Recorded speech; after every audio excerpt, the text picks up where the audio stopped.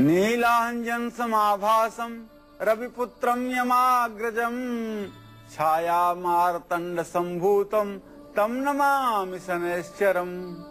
ओम नीलांजन समाभासम रविपुत्रम यमाग्रजम छाया मार्तंड संभूतम तम नमामि शनैश्चरम। ये शनि देव का पौराणिक मंत्र है। जो लोग इस मंत्र को शनिवार के दिन श्रद्धा पूर्वक पीपल के पेड़ के नीचे 7 माला व 11 माला जप करते हैं, निश्चित रूप से शनि की ढैया, 7.5 महादशा अंतरदशा का कुप्रभाव उनके जीवन पर नहीं पड़ता है। पंडित जी बहुत बहुत स्वागत है आपका। धन्यवाद। आपके घर की किचन का आपकी सेहत से ही नहीं बल्कि आपकी किस्मत से भी सीधा सीधा कनेक्शन है। इसलिए आपके अच्छे भाग्य के लिए आपको अपनी किचन पर गौर करना बेहद जरूरी है। तो ध्यान से देखिए आज का कालचक्र और जानिए अपनी किस्मत से अपनी किस्मत का कनेक्शन, वो भी किचन का कनेक्शन। और हमेशा की तरह चर्चा को शुरू करें उससे पहले आइए जान लेते हैं आज का शुभ मुहूर्त।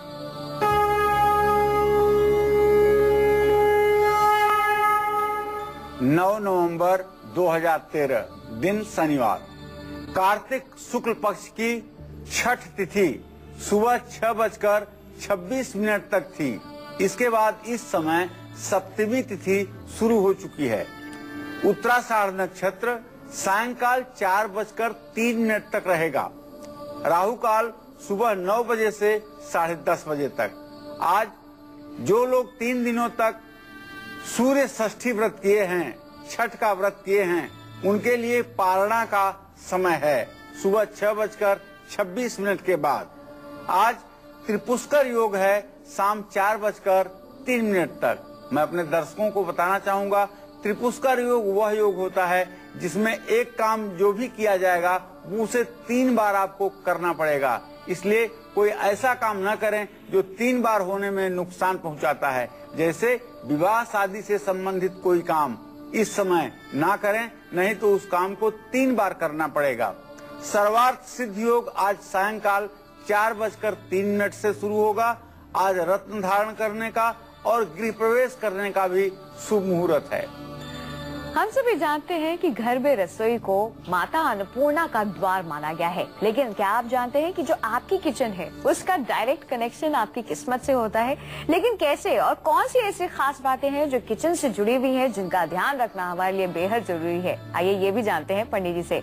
पंडित जी, किस्मत कनेक्शन तो हमने सुना है, लेकिन किचन का किस्मत कनेक्शन ये नहीं सुना, ये कैसे हो सकता है?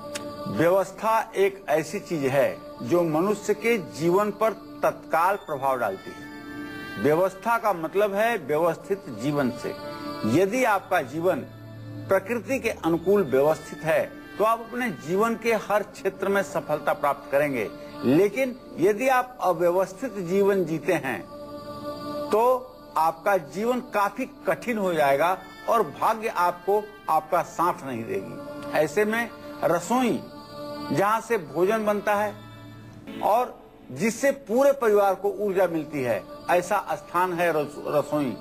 पूजा के बाद अगर किसी जगह को साफ सुथरा और अच्छा होना चाहिए तो रसोई को होना चाहिए, क्योंकि वहाँ से हर व्यक्ति को ऊर्जा मिलती है और वहाँ की साफ सफाई मनुष्य के स्वास्थ्य पर तत्काल प्रभाव डालती है। ऐसे में आज हम आप लोगों को बताना चाहेंगे कि आपके घर में अगर रसोई अस्त व्यस्त है, फैली हुई है, तो आप निश्चित मानिए कि घर में नाना प्रकार की मुसीबतों को लेकर के आने वाली है।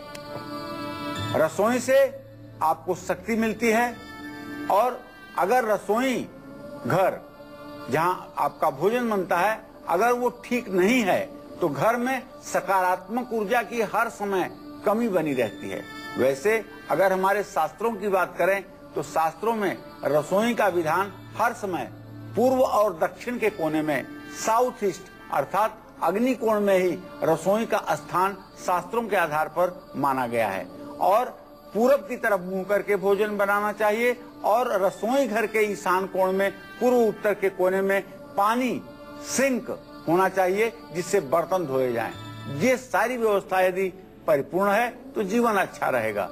अव्यवस्थित यदि रसोई है, रसोई घर अगर अव्यवस्थित है तो इसके कारण परिवार के लोग प्रायः बीमार रहते हैं। घर में झगड़े होते हैं, पितर दोष लगता है और कर्ज लेने की नौबत आ जाती है। आदमी कर्ज में डूबने लगता है। अगर रसोई साफ है, व्यवस्थित है, उसमें इधर उधर सामान नहीं बिखरे हुए हैं, सारी चीजें व्यवस्थित और अनुशासन में हैं, तो आप विश्वास करें उस घर में बच्चों के पढ़ाई में मन लगेगा। परिवार पर शनि, राहु, केतु, ये जो तीनों पापक ग्रह हैं, इनका बुरा प्रभाव घर पर नहीं पड़ेगा, बल्कि इनका अच्छा प्रभाव देखने को मिलेगा। गुरु ग्रह जो जीवन और सुख का कारक ग्रह है, वह भी रसोई से इतना संबंधित है कि यदि रसोई आपकी व्यवस्थित है तो गुरु ग्रह का अच्छा प्रभाव आपके जीवन में पड़ता हुआ दिखाई देगा। तो देखा आपने किचन का कैसे है हमारी किस्मत से डायरेक्ट कनेक्शन। बहुत सारी खास बातें आज पंडित जी बताने वाले हैं, क्योंकि आज का जो विषय है वो बेहद दिलचस्प है। भाई हमारी रसोई, हम सभी अपनी रसोई में प्रवेश करते हैं। घर का ऐसा कोई भी सदस्य नहीं होगा जो रसोई में न जाता हो। ऐसे में घर की रसोई में सुबह सुबह आपको कैसे प्रवेश करना है और प्रवेश से पहले कौन कौन सी सावधानियां बरतने की जरूरत है, कौन कौन सी बातें हैं जिनका ख्याल रखने की जरूरत है, इस बारे में हम जानेंगे पंडित से थोड़ी देर में। लेकिन अभी रुक करते हैं राशियों का। दैनिक राशिफल की शुरुआत करते हैं। आज का दिन राशियों के लिए कैसा रहने वाला है और साथ ही साथ उनके लिए सुख शांति बनी रहे, इसके लिए उन्हें कौन से उपाय करने हैं, तमाम राशियों के लिए हम जानेंगे। तो दैनिक राशिफल में सबसे पहली राशि है हमारी मेष राशि। जानते हैं एरीज के लिए कैसा रहने वाला है आज का दिन और साथ ही साथ सुख शांति के लिए आज उनको कौन सा खास उपाय करना है, पंडित जी बताइए। मेष राशि के जो जातक हैं उनको मैं बताना चाहूंगा आज आपका स्वास्थ्य अच्छा रहेगा, जिसका परिणाम ये होगा कि आपका मन भी प्रसन्न रहेगा। आज आपके बच्चों के उन्नति का संदेश आपको मिलेगा। आज आपके बच्चों की निसंदेह आर्थिक क्षेत्र में, धन के संबंधित क्षेत्र में उन्नति होगी। नौकरी में आपको स्वयं को प्रमोशन मिल सकता है और नया घर या प्रॉपर्टी खरीदने के लिए बहुत ही अनुकूल समय है, अर्थात सही समय है। घर में सुख शांति रहे आपके, इसके लिए आपको चाहिए कि आज गणेश जी की आप उपासना करें। जय मां विंध्यवासिनी। बढ़ते इसी के साथ अगली राशि की ओर। अगली राशि है वृषभ राशि। जानते हैं कि टॉरस के लिए कैसा रहने वाला है आज का दिन और साथ ही साथ यदि आप भी चाहते हैं कि आपके घर में सुख शांति बनी रहे तो उसके लिए कौन सा खास उपाय आपको आज जरूर करना है, आइए वो भी जानते हैं। पंडित जी बताइए। आज समाज में आपका मान सम्मान बढ़ेगा, समाज में आपका रुतबा बढ़ेगा, माँ का सुख और सहयोग तो आपको मिलेगा ही। दिन की शुरुआत भी अच्छे काम से आपके हो चुकी है। आज आपको अपने व्यय पर संतुलन बनाकर रखने की जरूरत है और सुख शांति की प्राप्ति के लिए आपको चाहिए कि आज आप ओम बुंग बुधाय नमः बुध के इस तंत्रोक्त मंत्र का जप एक माला जरूर कर लें। जय मां विंध्यवासिनी। बढ़ते इसी के साथ मिथुन राशि की ओर। जानते हैं कि जमनाइज के लिए कैसा रहने वाला है आज का दिन और साथ ही साथ सुख शांति पाने के लिए कौन सा है खास उपाय आज के दिन, आइए वो भी जानते हैं। पंडित जी बताइए। आज मिथुन राशि के जो जातक हैं उनका स्वास्थ्य निसंदेह अच्छा रहेगा। आज आपका आत्मविश्वास बढ़ेगा और आपके पराक्रम का प्राकट्य स्वयं होगा। दिन की शुरुआत आपके अच्छे काम से हो चुकी है।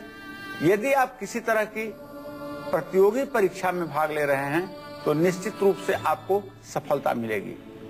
घर में सुख शांति के लिए आपको भगवान श्री हरि विष्णु की उपासना करनी चाहिए, इससे आपका जीवन सफल होगा।